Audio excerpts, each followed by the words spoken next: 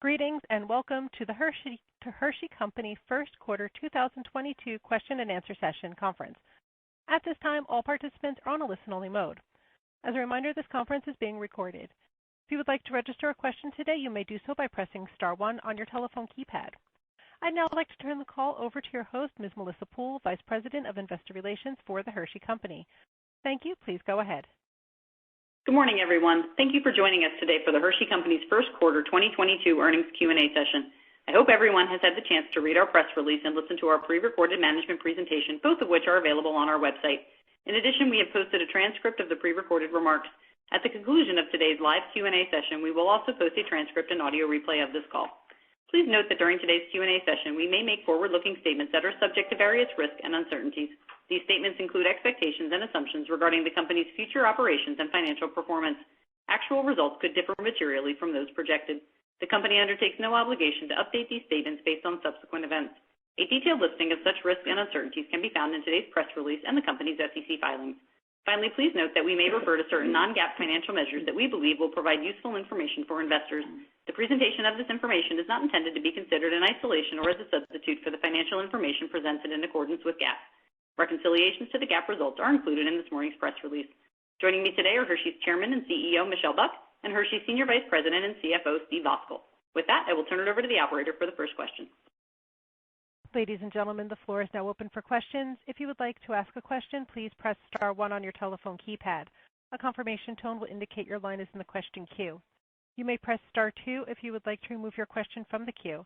For participants using speaker equipment, it may be necessary to pick up your handset before pressing the star keys. In the interest of time and to allow all participants to ask their questions, we do ask that you please limit yourself to one question and one follow-up. You may re-queue for any additional questions that you may have. Again, that is star one to register questions at this time. The first question is coming from Andrew Lazar of Barclays. Please go ahead.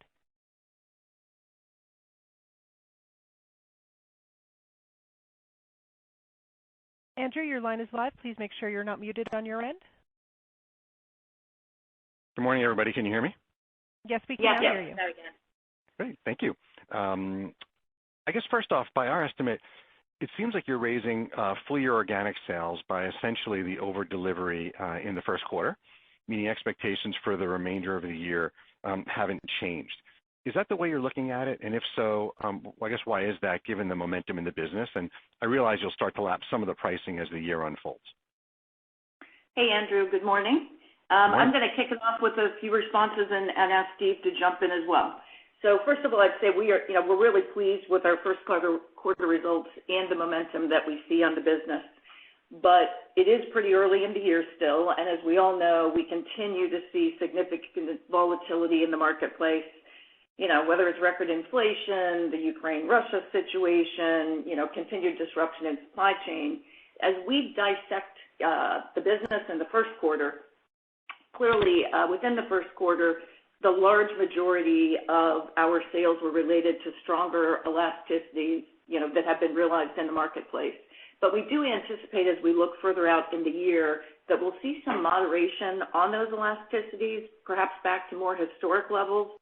And a lot of that is driven by that reduction in government subsidies and the continued inflation pressure that we think consumers will experience. There was another component of our Q1 sales beat that was about, or a raise that was about dots and our ability to really get our arms around the dots business and better understand what we thought it could deliver for the year. And we have pretty good visibility into that. So we feel like the number there is pretty good. And then lastly, as we look at inventory, we've been really working hard to build inventory, and we did get more inventory out to retail. We made a decision to do that in Q1 to really try and increase on-shelf availability. So from a sales perspective, as we look at what we realized versus how we think that will impact back half of the year, we think the strength in Q1 from sales is much stronger. But Steve, do you want to comment more about that and also relative to the cost and profit situation? Yeah, on the top line, I think you hit all the key points. The inventory piece was about a 3-point benefit to the first quarter. That'll come out in the back half. So that's one of the unique things, I guess, that drove the first quarter performance. And then Michelle touched on the elasticities. We saw big benefit in the first quarter. We do expect to see elasticities normalize a bit as we go forward quarter by quarter through the year. So those are probably the two biggest things that soften a little bit of the outlook on the top line. Great. And then I guess the second one would be sort of a similar thought process, but more on the EPS side. Obviously, the first quarter came in some 40 cents higher than the street and raising the full year by 7 cents. Maybe can you bridge that gap for us a little bit? It's possible. Are you trying to be just somewhat conservative in your thought process, given obviously an increasingly dynamic environment, which makes total sense?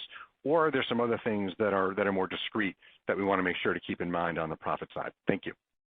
Sure. Yeah, the biggest driver for first quarter earnings was that volume, 4.5 points of volume in the quarter that dropped through to earnings. That was the biggest factor. And there were some unique pieces as well. I think we called out a couple in the remarks. One was inventory revaluation, which is sort of an unusual thing. We see it in times of higher inflation, which has the impact of giving a benefit to the P&L and putting more cost on the balance sheet to reflect the cost of goods valued there. So that was 100 basis points to the confection segment in this quarter that won't repeat going forward. And as you said, we do expect more year-to-go inflation. We, in the first quarter, saw a little bit of that incremental inflation, but as we look forward, despite the hedging that we have in place, we're still going to have some incremental exposure, particularly to the commodities impacted by the events in Eastern Ukraine, or Eastern Europe, sorry. Thank you so much. Thanks, Andrew. Thank you. The next question is coming from Robert Moskow of Credit Suisse. Please go ahead. Hi, thanks for the question. There's a lot of detail in the prepared remarks about competitive activity that caused you to lose some market share during the Easter and your capacity constraints that led to that. As we head into Halloween, are you in a position to ramp up sufficiently so that you can hold your share? And the reason I ask is, I remember during the pandemic, Halloween was a real tipping point for your distribution with retailers. You gained a lot of goodwill after that. You gained a lot of distribution. Are you in a position so that that there's no risk of that reversing? Yeah. So, Rob, clearly over the past 2 years, we have had some nice gains in share, and certainly those have contracted recently given some of the capacity pressure. I think we're up about 50 basis points versus where we were pre-pandemic. And our share versus our next largest competitor, that gap has clearly widened and remains pretty strong, about 200 basis points ahead of pre-pandemic levels.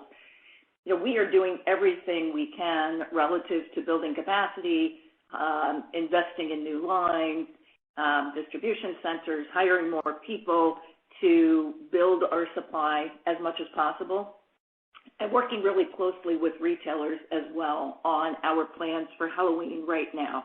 So we expect that as we go through the year, we will continue to have supply challenges, although they will improve as we progress throughout the year. And we're working hard to maximize the opportunity for Halloween. Halloween commitments are probably made pretty early. Can you give us any color as to what you're able to commit to right now? So, we believe that just as we've seen strength in the seasons over the past 2 years, that we will continue to see strength in the seasons throughout the year. This year, we've seen it in Easter, but at this point in time, we're not going to give any more specifics on exactly what those growth numbers are going to be. I guess I would say overall what I would say is we're not really seeing any big changes in how our competitors are operating or in their strategies. So, really it's a focus on us continuing to build supply. Over the past 2 years, we grew pounds about 7% versus our competitors in the marketplace collectively had a 1% decline in pounds. So we are just a little tighter on supply and capacity than the environment. Okay. Thanks for the question. Thank you. Thank you. The next question is coming from Ken Goldman of J.P. Morgan. Please go ahead.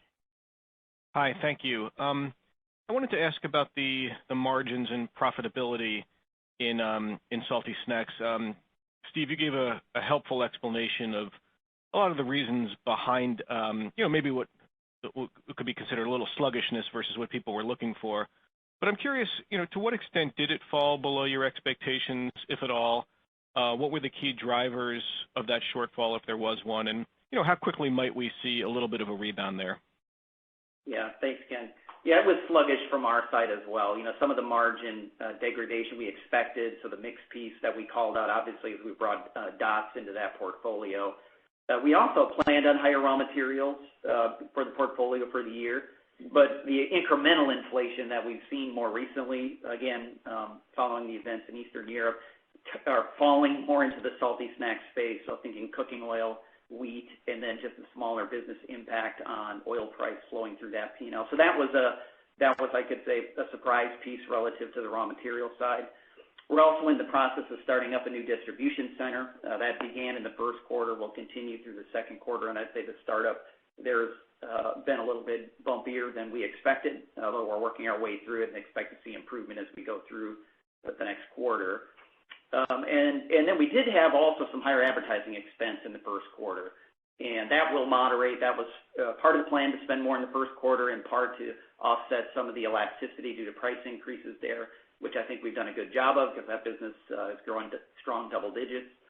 But we'll see that begin to moderate as we get to the next couple of quarters. So if I kind of point to the things that were a bit unusual, I'd say the DC startup, the incremental inflation, and probably higher advertising spend that we would normally see in that business. Thank you. And just a quick follow-up. I know these things are hard to sort of parse out, but is there any way to think about what the gross margin, roughly might have been in the first quarter if you were to exclude the inventory fill? You may have called that out and I missed it. I'm just curious for an estimate there. Yeah, we didn't go that far in the remarks and sort of back into what it might have been. What I would say is, we talked about this a little bit on the last call as well. The opportunity here is really to optimize the new snacking division. So as we look at even the work we're doing with the distribution center, that's all pointed towards driving network efficiency. We're going to be working through supply chain efficiencies and, of course, eventually back office efficiencies as well. And so we continue to be excited about the opportunity to draw more margin out of that business as we gain scale and get some of those integration points together. Thanks so much. Thank you. Thank you. The next question is coming from Jason English of Goldman Sachs. Please go ahead. Hey, good morning, folks. Thanks for slotting me in. Good morning. A couple questions. So first, snack margins, I think you said you had about 500 basis points degradation from mix. I imagine a good chunk of that's coming from the manufacturing asset you picked up. So question on that, how much slack capacity is in that asset? And you mentioned in prepared remarks that you're beginning to lean in and start producing some of your other snack items on that network. How much can you move over, and how far can you shrink that 500 bips as you improve asset utilization and presumably migrate production from outsourced providers to insource? Yeah. So a couple things there. One, inside that mix is also the amortization, the incremental amortization that deals with, so not all of it is capacity related. That's going to be around for a while, obviously. As we look at combining supply chains, those assets are pretty well utilized. They were a little bit less utilized in the first quarter than will be for the balance of the year. But we continue to see opportunities to continue to leverage those assets. They've got some world-class manufacturing assets. That's one of the reasons we were able to bring a Pirate's Booty asset into that mix as early as we did. And we want, the plan is to see more of that sort of consolidated manufacturing. And so, we'd expect to see some mitigation of that mix impact as we continue to leverage those assets and drive more volume through that system. Got it. And back to the comments on market share attributed to capacity constraints. I just pulled your brand level data just to get a snapshot of which brands are holding you back a bit. And it's brands like Kit Kat, Reese's Pieces, Twizzler. Those don't seem like the types of brands you'd be capacity constrained on. Are they, or where are the capacity constraints? Yeah, so our biggest capacity constraint is really on Reese and some of our assorted bags, but primarily Reese. As you know, Reese is our biggest brand by far. It's a couple $2 billion in size, and when it is growing double digits as it has been and has had such a track record of strong growth, that's where some of the biggest rub and the biggest dollar opportunity that we're focused on. And then some of our other take-home brands, obviously given the strength of consumers now consuming at home, there's a lot of pressure on some of the brands in terms of how they show up in take-home, and that's spread across a number of different brands. Got it. Okay, thanks. I'll pass it on. Thank you. The next question is coming from Alexia Howard of Bernstein. Please go ahead. Good morning, everyone. Good morning. Okay, so a couple of questions here. The Dots pretzel acquisition, obviously incredibly strong growth year on year that you reported in the remarks. Could you talk about the distribution opportunity? Where is the ACV at the moment? Where could it get to? I mean, is this something that I guess how large is the opportunity? We'll start there. Yeah, so we are continuing to build distribution on Dots. So clearly, as we were acquiring the brand, the distribution remains skewed to kind of the West Coast, the middle of the country, and we've had a big focus on trying to, close the distribution gap on the East Coast in particular, and then to also fill in some of the key retailers and classes of trades throughout. So it's been a constant build. We had a lot of distribution growth in Q1, and I believe that we're in the mid-70s right now on distribution. So there remains some upside that we're experiencing now, and we continue to drive through the back part of the year. So we continue to gain household penetration as a result of that, and that continues as more consumers find out about the brand. Household awareness of the brand continues to be low, and we see that as a key opportunity as well. Great. And then can I ask about, on a different topic, on the C-store dynamics, there have been concerns in the past that when gasoline prices spike, that leads to fewer trips, and therefore that hits your C-store sales. Can you talk about what you're seeing in that segment and whether that's the case this time around or if you're seeing something different? Thank you, and I'll pass it on. Yep. So we have seen some changes in consumer behavior within convenience stores as gas prices have risen. But what we're seeing is that many consumers seem to be trying to manage the higher price by not fully filling their tanks. So they're making more trips, but just not filling as full. And to date, they have not really reduced their non-gas purchases in a meaningful way. And we haven't seen an impact. Our business remains quite strong in convenience stores, so we haven't really seen an impact on our business. Though we do expect that these trends will continue to evolve as we see some of those pressures we talked about earlier relative to reduction in government subsidies and the continued persistence of inflation and the impact on consumers. Great. Thank you very much. I'll pass it on. Thanks. Thank you. The next question is coming from Brian Spillane of Bank of America. Please go ahead. Thanks, operator. Good morning, everyone. Good morning. I had just one question, and it's around inflation and gross margins. So can you just help a little bit with, based on the incremental inflation you saw in the first quarter, you've widened or, your expectation for gross margins, changed. As we're kind of looking at this kind of moving even past the fiscal year, like what will you be able to do to begin to mitigate or offset that margin pressure? Is it going to be, as some of this new capacity come on, there's more efficiencies?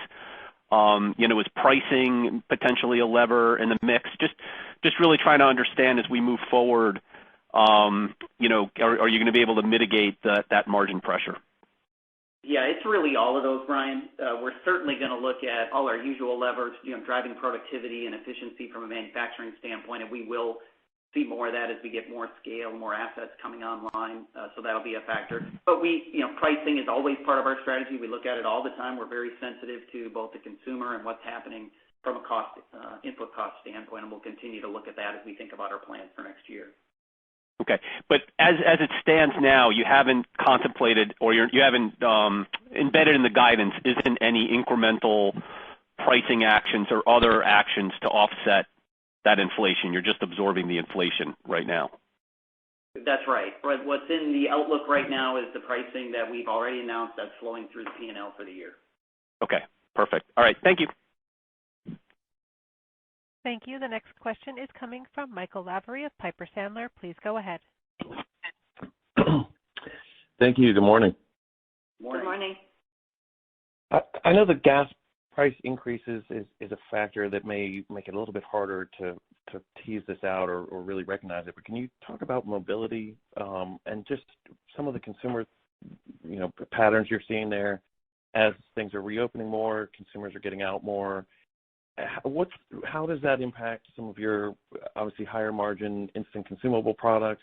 Are you seeing any shifts or anything that's notable in terms of the mix of what they're buying and where? So yeah, we definitely are seeing consumer mobility, has returned, is strong. It's interesting. It's certainly dialed up versus what it was before, and at the same time, we're still seeing a lot of interest in some of the at-home behaviors where people haven't totally returned to some things like restaurants and some activities, frankly, not as much because of COVID, a little bit more because of some of the price pressure of inflation. So we are seeing some consumers try to consolidate trips, but we haven't really seen a meaningful impact to our total trips. And we've been looking across, each class of trade. I'd say food is strong, has accelerated. C-store, I mentioned before, quite strong, which is a key indicator of mobility. But really, across most classes of trade, dollar, mass, food, and C-store, the trends remain quite strong. Okay, that's helpful. And just on international, those margins were better than expected and very strong. That segment has some pretty significant seasonality, but can you just help us understand some of what's driving that and how to think about the rest of the year? Is it likely to keep up some of those gains, or what's the right way to frame how that plays out over the course of the year? Yeah, the business has done really well. All of our core markets had double-digit top-line growth, so that was a good starting point. And then we're still seeing through the first quarter the last bits of some of the restructuring that we did in China. So that's giving a little bit of an incremental benefit to the first quarter that I would say is probably not going to be a year-over-year component going forward. But I would also commend the international team for looking at the whole P&L and managing their cost structure and executing a smart pricing strategy as well. Okay, great. Thanks so much. Thank you. The next question is coming from Cody Ross of UBS. Please go ahead. Hey, good morning, everyone, and thank you for taking our question. You just noted that you don't plan on taking additional pricing the rest of the year. However, most companies that have already reported this season discuss taking additional pricing. Why is that? We remain very confident in our pricing strategy and our ability to get price realization. As Steve mentioned, what you're seeing in our P&L right now is the pricing that we announced last year flowing through into the business. We all know that this remains a volatile environment. The cost side has continued to evolve, especially with continued supply chain pressure and also the Ukraine-Russia situation. And as always, we will continue to look at every lever at our disposal, as we always do, to make the best decisions for the business. Gotcha. And then you noted the Russian-Ukrainian war is affecting supply availability. Are there any commodities you can call out that you're having difficulty securing? And do you expect to have any issues securing supply for the balance of the year? Thank you. Yeah, at this stage, we're taking the last part first. We don't foresee a challenge in availability for the balance of this year. Where we've probably seen the most pressure is in the cooking oil space. A lot of that sourced out of Eastern Europe. But our business is resilient, and we've got other sources and other solutions that they're working through to ensure that we be able to satisfy consumer needs, even if we face some more pressure next year on that commodity.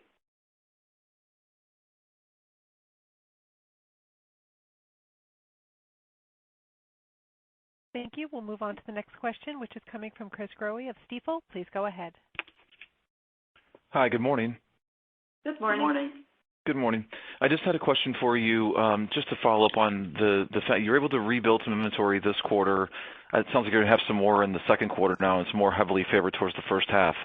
I just want to be, so before we had thought about that happening in the second half, do you continue to build inventory in the second half? And I guess what I'm ultimately getting to is when will you be at a point where you can start to market and promote more normally like you had historically? Yeah, we're going to continue to build inventory. We're going to see, you should see sequential improvement, more for this year pulled to the first half. But we want to continue to build inventory. And as Michelle said earlier, we've got a lot of capacity coming online. The first quarter was our highest production quarter ever. And as we get more capacity coming online, we expect to see that build and be able to catch up both on our own internal inventory and trade and retail inventory. And then can marketing start like more aggressively this year, or is this more like next year? Well, we're going to make sure that we're fully participating in seasons, just as we talked about earlier with Halloween, and make sure that we're getting all of our products out of our inventory and onto the shelves as quickly as we can so that we can continue to support the brands. And we'll see more of that support pick up as we get to the back half of the year. Okay. And just one follow-up question on the gross margin. You have a little more aggressive decline because of the increase in costs that you expect now for the year. Is that any differently weighted by quarter? Is Q2 any worse or Q3? It caused me to have to bring my estimates down for the remainder of the year for the gross margin, given how strong it was here in the first quarter. And I just want to get a sense of how that plays out across the rest of the year. Is it just the timing of inflation that will dictate sort of the quarterly progression in the gross margin? Yeah, I'd say it's mostly that. As we look at our plan, we probably see the most pressure in quarter two, but then begins to improve because the laps get a little bit easier. So if I had to pick a quarter, I'd probably say quarter two would be the worst. Okay. Thanks so much for your time. Thank you. The next question is coming from Steve Powers of Deutsche Bank. Please go ahead. Great. Thank you. Two questions, actually. The first one, just to build on the gross margin theme.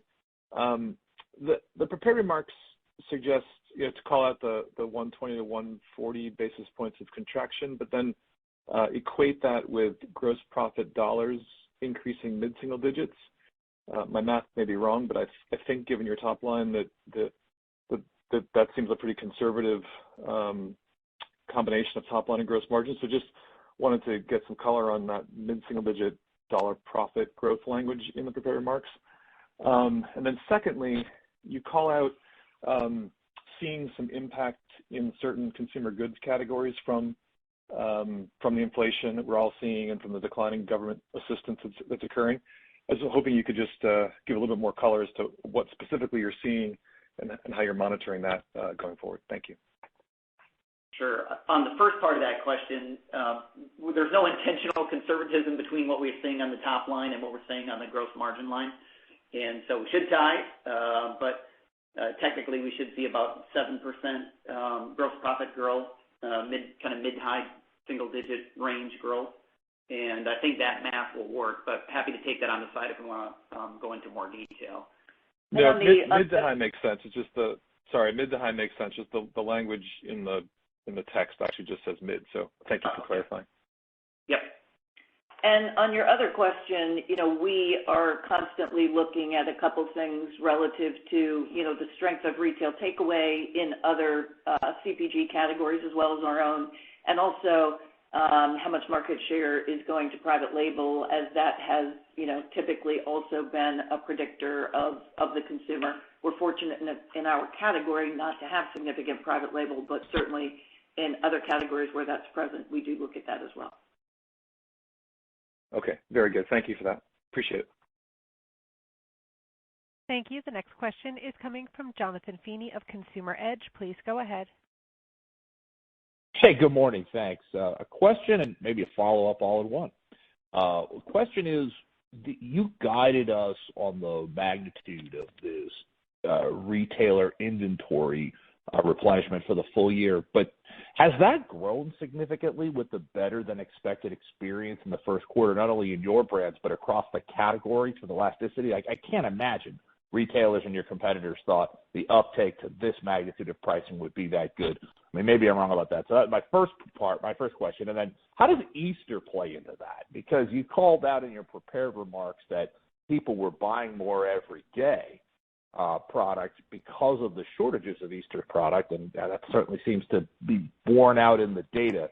I wonder, doesn't that add to the retailer inventory need going forward, and maybe augment the opportunity to fill to greater levels throughout the year, not just what you had talked about, and you may be pulling it forward from your prior guidance on inventory fill. Thanks. Taking the last bit first, Easter will, the Easter sell-through was high. We saw more everyday takeaway, and that will put more pressure on retailer and trade inventory. So that will happen. As we look at the full year, though, we still, I'd say we're not seeing a fundamental shift in what we had planned relative to being able to restock. As we said earlier, we got a benefit in the first quarter. We pushed more out. The elasticity has put, for the full year, a bit more volume through, and so that's true. But also, we expect to see additional production pick up as we go through the year to help compensate that to some degree. So I think net, it's not a big change in total. But to your point, the sell-through on Easter is going to put a little bit more pressure on some trade inventory. Thanks. Thank you. The next question is coming from John Baumgartner of Mizuho Securities. Please go ahead. Good morning. Thanks for the question. Good morning. Michelle, one standout over the past 2 years has been your increases in share of distribution points, whether it be chocolate or non-chocolate candy. And I can appreciate the capacity constraints right now sort of work against that. But putting that aside, how are you thinking about the resources to sustain and grow as capacity improves? I mean, just given all the upheavals over the past 2 years, whether it's more promotion, more in-store sales force hours, more advertising investment, where or how do you see those levers of engagement requiring change in a post-COVID world? I'd say, my first answer to that question is the resources to sustain and grow are in supply chain, building capacity to really be able to drive against the very strong demand. So probably first and foremost, I think that's the focus. I believe we have the retail resources that we need from a sales perspective, our sales organization. From a marketing capability, I wouldn't say it's maybe as much about people. We've continued to invest in capability with a new media partner, better targeting capabilities. Certainly that helps us to really maximize consumer demand, and then maintaining the strong relationships that we have with retailers and just continuing to evolve the total bundle of investment we have to drive against demand with our retailers and our consumers. But right now, I think we're focused really on supply chain, hiring more people in manufacturing facilities, engineers to execute the capacity work. That's really where the focus is. And I guess just sticking with that theme on supply chain, you've done a lot of work there, adding manufacturing lines, fulfillment center, and so on. And I guess weak link is probably too strong of a term.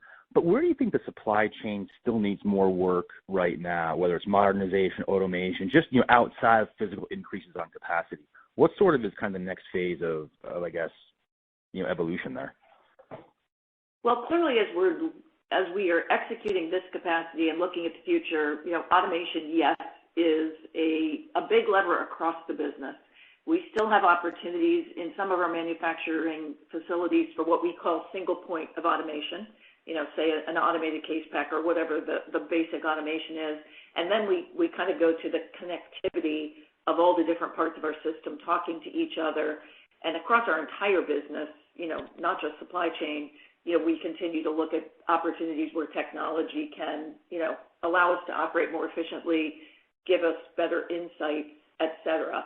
And then certainly as we look at our salty business, now that we are gaining more scale and have many more businesses in that portfolio, as Steve mentioned earlier, we're doing a lot of work on just optimizing the overall supply chain network and what that looks like.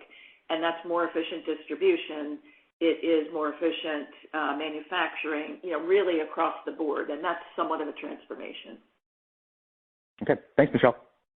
Yes. Thank you. The next question is coming from David Palmer of Evercore ISI. Please go ahead. Thanks.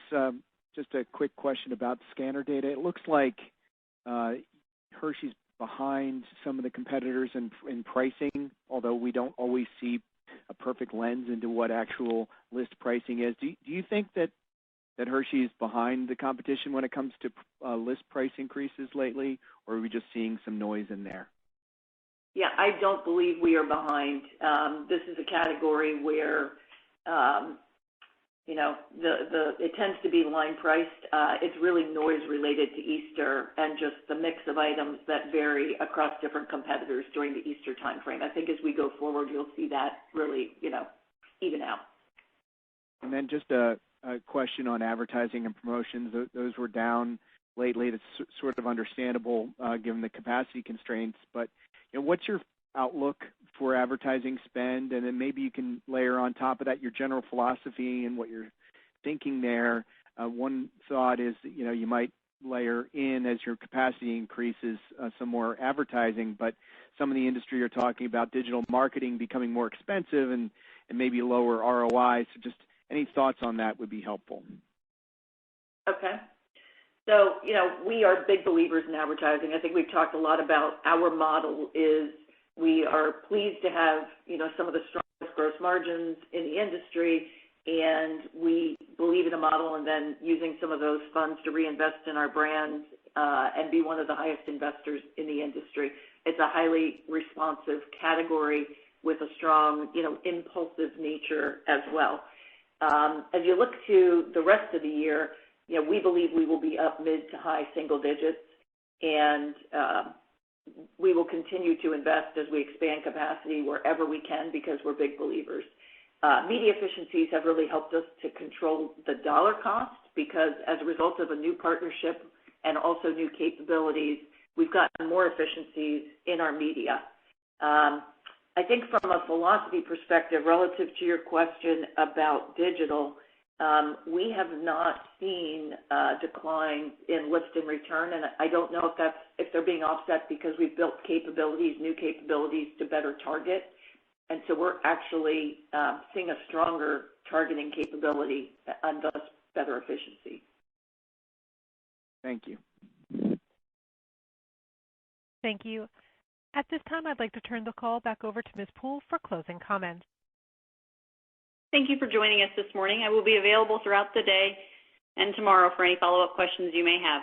Thank you for your time this morning. Ladies and gentlemen, thank you for your participation. This concludes today's event. You may disconnect your lines or log off the webcast at this time and enjoy the rest of